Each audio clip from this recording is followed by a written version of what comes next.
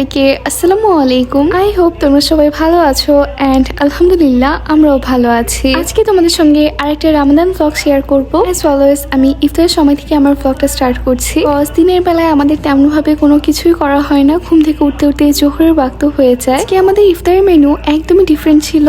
Obviously প্রতিদিন একই ভাজা পোড়া খেতে আর ভালো লাগছে না, এই জন্য আজকে মামুনি নুডলস রান্না করেছিল। মাশাআল্লাহ নুডলসটা অনেক বেশি ইয়াম্মি হয়েছিল। আমি আজকে মোমোস করেছিলাম। মোমোসগুলো আমি কালকে রাতেই বানিয়ে রেখেছিলাম, আজকে শুধুমাত্র স্টিমে দিয়েছি আর সসটা একদম গরম গরম বানিয়ে নিচ্ছি। আলহামদুলিল্লাহ এই ছিল আমাদের আজকের ইফতারের আয়োজন। যদিও খুবই অল্প কিছু আয়োজন করা হয়েছে, তবুও ট্রাস্ট মি মোমোসটা খেয়ে আমাদের পেট ভরে গিয়েছে। আমাদের কারোর পক্ষে আর ইফতারি নুডলস খাওয়াটা পসিবল হয়নি। আগের দিনেই কিছু লেফট ওভার বেগুনি ছিল, মামুনি সেগুলো ফ্রাই করে নিচ্ছিল।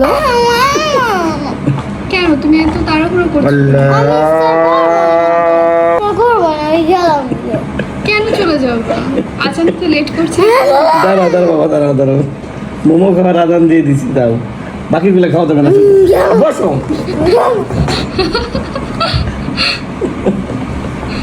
আসো ভাই আসো, এখন আজান হবে।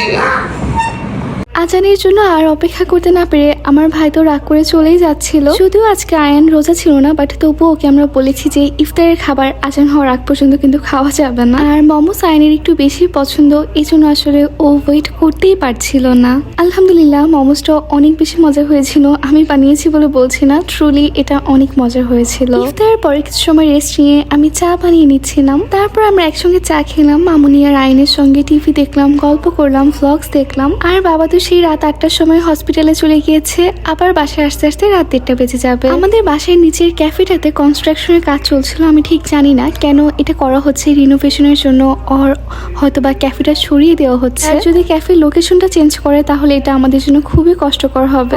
বাসার নিচে এত সুন্দর অ্যাস্থেটিক একটা ক্যাফে এন্ড এই ক্যাফের খাবারগুলো আমাদের অনেক বেশি পছন্দের ছিল। তো আমি এখনো শিওর না যে এখানে কি করা হচ্ছে, সেই ইফতারের পর থেকেই কাজ শুরু হয়েছে। তারপর রাত 1টার সময় আমি মামুনি আর আয়ান একটু বের হচ্ছিলাম। আজকে একটু আবায়া শপে যাব, তারপর একটু ঘোরাফেরা করবো আমরা। রাত 1টা বেজে গিয়েছে, এখনো কাজ চলছে এন্ড আমি জানি না আসলে এখানে কি করা হচ্ছে। এদিকে আমার ছোট ভাই তো খুবই বিরক্ত হয়ে মাম্মি আর বোনের সঙ্গে শপিং এ যাচ্ছে। আয়ান আসলে মার্কেটে ঘোরাঘুরি একদমই পছন্দ করে না, কিন্তু কি আর করার, মাম্মি আর বোনের সঙ্গে তোকে যেতেই হবে। মার্কেট আমাদের বাসার খুবই কাছে, সো আমরা হেঁটে হেঁটেই চলে আসতে পেরেছি। মানে মাত্র 2 মিনিটের ওয়াকিং ডিস্টেন্স। আমাদের বাসার নিচেই হচ্ছে মার্কেট। আবায়া শপে এসে দেখলাম এখানে আবায়ার পাশাপাশি ঈদ উপলক্ষে কিছু ড্রেসের কালেকশনও এনেছে। তো ড্রেসের কাপড় কোয়ালিটি বেশ ভালো, বাট আমাদের কাছে না এই ডিজাইন গুলো ভালো লাগে না। এই নেভি ব্লু কালারের আবায়াটা ভালো লাগলো, কিন্তু দেখো একটা সিম্পল আবায়া 175 রিয়েল। মানে যদি একটুখানি কাজ থাকতো তাহলেও বলা যেত, বাট কোনো ডিজাইন নেই, কোনো কিচ্ছু নেই, শুধুমাত্র সিম্পল একটা আবায়া। শুধু কোটিটার প্রাইসই লেখা আছে এখানে, ইনার হয়তো 30-40 রিয়েলস পড়বে। বাট একটা কথা হচ্ছে যে সৌদি আরবের আবায়াগুলো এক্সপেন্সিভ হলেও কোয়ালিটি অনেক ভালো হয় এন্ড পরেও অনেক বেশি কমফোর্টেবল ফিল করা যায়। আজকের ব্লগে তোমাদের সঙ্গে যে 3টা আবায়া আমি শেয়ার করছি, 3টা আবায়া আসলে আমার কাছে অনেক বেশি ভালো লেগেছে। এর মধ্যে বাবাও হসপিটাল থেকে চলে এসেছে, আমাদের সঙ্গে জয়েন করেছে আবায়া শপে। বাবাকে দেখি তো আয়ান বায়না শুরু করেছে, বোরকার দোকানে আর থাকবে না, ওকে নিয়ে যেতে হবে কোল্ড স্টোরে চকলেট কিনে দেওয়ার জন্য। এই তো বাবার আয়ান চকলেট কিনেও ফেলেছে। ব্লু কালারের আবায়াটা আমার কাছে সব থেকে বেশি ভালো লেগেছিল। একদমই সিম্পল একটা আবায়ার প্রাইস 6,500 টাকা, আমার কাছে বেশি বলে মনে হয়েছে।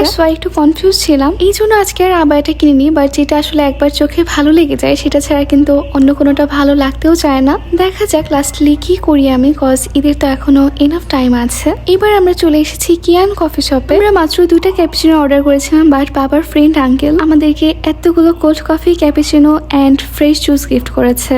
এন্ড ক্যাপুচিনোটা আসলে খুবই মজার ছিল। তারপর আমরা একটু হাসান আঙ্কেলের সঙ্গে গাড়িতে ঘোরাফেরা করছিলাম। ঘুরতে ঘুরতে আমরা অ্যারাবিয়ানদের একটা লোকাল এরিয়াতে চলে আসি। আশেপাশে যতগুলো বাড়ি আছে সব হচ্ছে সৌদিয়ানদের বাসা। এখন কিন্তু রাত 2:50 বাজে। ওই যে দূরে দেখো ওরা এখনো সাইক্লিং করছে, অনেকে রাস্তায় বসে বসে আড্ডা দিচ্ছে। আর ওরা কিন্তু সবাই অনেক ছোট, হয়তো বা 10-12 বছর বয়স হবে। রামাদান মান্থে এমনই হয় আসলে, সবাই সারা রাত জেগে থাকে, অনেকে ফ্রেন্ডসদের সঙ্গে আড্ডা দেয়, কারো কাজ থাকলে কাজ করে। এইদিকে আবার কয়েকজনকে দেখলাম রাত 3টার সময় ফুটবল খেলছে। মানে সেহরির আগ পর্যন্ত সবাই নিজেদের ফ্যামিলি আর ফ্রেন্ডসদের সঙ্গে কোয়ালিটি টাইম স্পেন্ড করে। যেহেতু অলরেডি রাত 3টা বেজে গিয়েছে, এখন আমরা আর ঘোরাফেরা করবো না, আমরা এখন বাসায় ফিরে যাব। সিহির টাইম হয়ে গিয়েছে, মার্কেট অফ করে দিয়েছে, বাট আমাদের বাসার সামনের ক্যাফেটায় এখনো কিন্তু কনস্ট্রাকশনের কাজ চলছে। আর আমরাও বাসায় চলে যাচ্ছি। অ্যান্ড আমার আজকের ব্লগটা আমি এখানেই শেষ করছি। তোমাদের কাছে আমার আজকের মিনি ব্লগটা কেমন লেগেছে আমাকে কমেন্ট করে জানাতে ভুলো না। ইনশাল্লাহ ভেরি সুন তোমাদের সঙ্গে দেখা হচ্ছে নতুন কোনো ব্লগে। Till then take care, bye by.